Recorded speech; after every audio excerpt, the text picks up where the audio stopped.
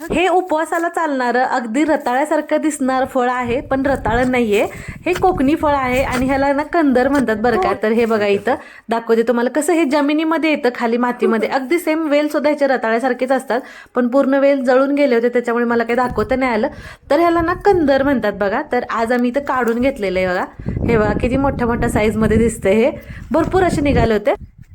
मी अगोदर तुमच्यासोबत त्याचा व्हिडिओ शेअर केला होता की लावलेलं, पण सेम रताळासारखं आहे बरं का. आता इकडचं गवत काढायचं होतं म्हणून आज आम्ही हे खांदून बघितलं इथं खाली. तर हे बघा, हे एवढं निघाले आणि एक 2-4च लावले असतील आपण लावताना. पण